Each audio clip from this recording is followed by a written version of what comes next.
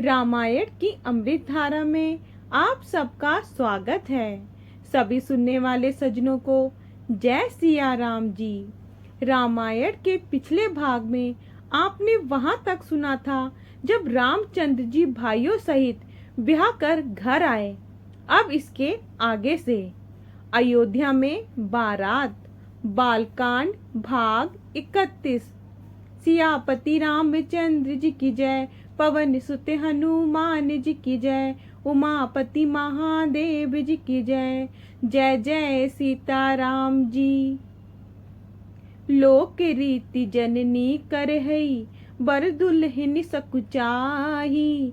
मोदु बिनोदु बिलोक की बड़े, रामू मन ही मुस्काही। सियापति रामचंद्र जी की जय, रामू मन ही मुस्काई। सियापति रामचंद्र जी की जय।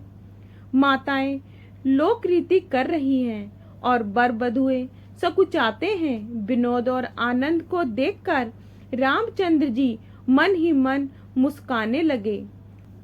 अच्छी विधि से देवताओं और पितरों की पूजा की, मन की अभिलाषा पूरी हुई। सबकी वंदना कर माताएं यही वर मांगने लगी कि भाइयों सहित राम जी का कल्याण हो।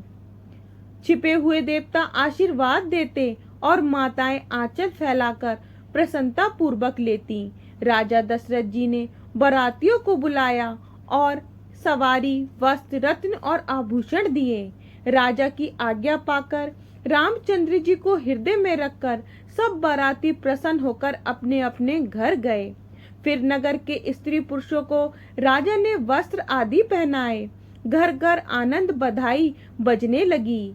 याचक जो जो मांगते राजा प्रसन्न होकर वही देते।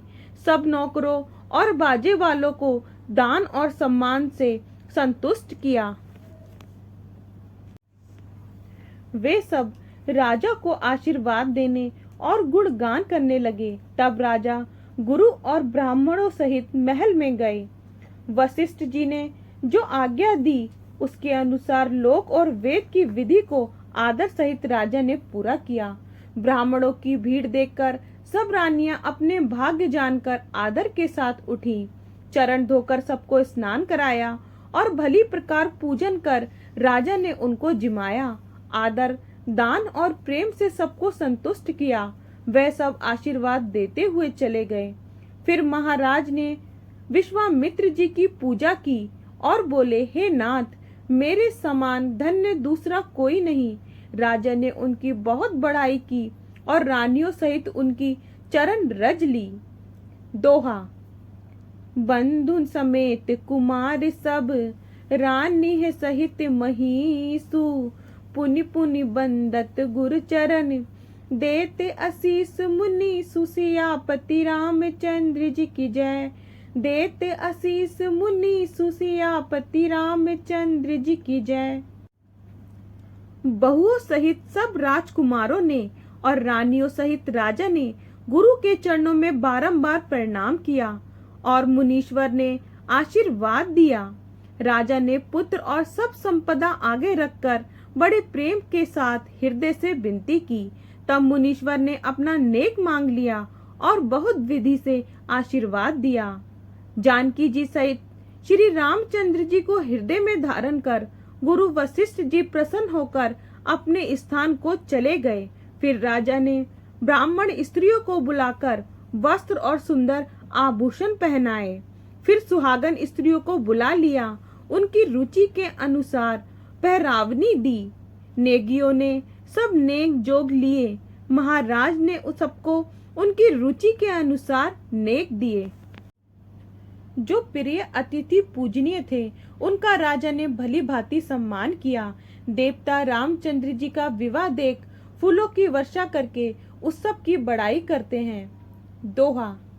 चले निशान बजाई सुर, निज निज पुर सुख पाई। कहत परस्पर राम जसु, प्रेम न हृदय समाई। सियापति रामचंद्र जी की जय, प्रेम न हृदय समाई। सियापति रामचंद्र जी की जय। नगाड़े बजाकर और सुख पाकर देवता अपने अपने लोकों को चले गए। वे आपस में रामचंद्र जी का यश कहते थे। आनंद हृदय में नहीं समाता था। महाराज दशरथ ने सबका सब प्रकार से सम्मान किया। उनके हृदय में बहुत उत्साह भर गया। फिर वे जहाँ रनिवास था वहां पधारे। वहां बहुओं सहित पुत्रों को देखा और प्रसन्नता पूर्वक गले से लगा लिया। उस समय जितना सुख हुआ उस सुख को कौन कह सकता है। फिर बहुओं को आशीर्वाद दिया। हृदय में प्रसन्न होकर लाड़ चाव किया। समाज देखकर रनिवास प्रसन्न हुआ। सबके मन में आनंद छा गया। फिर दशरथ जी ने जिस प्रकार विवाह हुआ सो सब हाल कहा। उसे सुनकर सबको प्रसन्नता हुई। राजा जनक जी के गुणशील बढ़ाई प्रीति की रीति और सुहावनी संपत्ति बहुत विधि से महाराज ने भाट की नाई वर्णन की। सब रानियां जनक जी की ऐसी करनी सुनकर बड़ी प्रसन्न हुई। फिर राजा ने पुत्रों सहित स्नान कर ब्राह्मण गुरु और जाति के लोगों को बुलाकर नाना प्रकार के भोजन किए। 5 घड़ी रात बीत गई। रामचंद्र जी के दर्शन कर आज्ञा पाकर सिर निवाकर सब अपने अपने घर गए। उस समय का प्रेम आनंद उत्साह बढ़ाई समय और समाज कहा नहीं जा सकता। सैकड़ों सरस्वती शेष ब्रह्मा महेश और गणेश भी नहीं कह सकते। महाराज दशरथ जी ने सब प्रकार सबका आदर किया।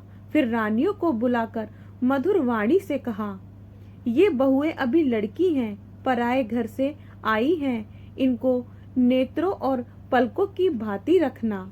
फिर रामचंद्र जी के श्याम सुंदर कोमल शरीर को देखकर सब माताएं स्नेह सहित कहने लगी, हे पुत्र, मार्ग में जाते हुए डरावनी ताड़का राक्षसी को तुमने किस प्रकार मार डाला।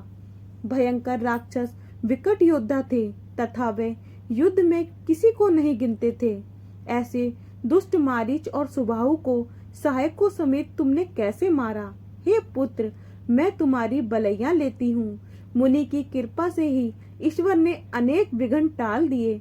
दोनों भाइयों ने यज्ञ की रक्षा कर गुरु की कृपा से सब विद्या पाई। मुनि पत्नी चरण रज लगते ही तर गई। ये कीर्ति जगत भर में फैल रही है। विश्व विजय के यश और जानकी जी को पाया और सब भाई विवाह कर घर आए। तुम्हारे सब कर्म अमानुषी हैं, केवल विश्वामित्र की कृपा से ही सिद्ध हुए हैं। हे पुत्र, तुम्हारा चंद्रमुख देखकर जगत में आज हमारा जन्म सफल हुआ। जितने दिन तुम्हें बिना देखे हुए हमारे बीते हैं, वे दिन विधाता हमारी आयु के लेखे में ना डाले। दोहा। राम प्रदोषी मातु सब कही बिनीत बर बैन, सुमरी शंभु गुर विप्र पद, किए नींद बस नैन सियापति रामचंद्र जी की जय।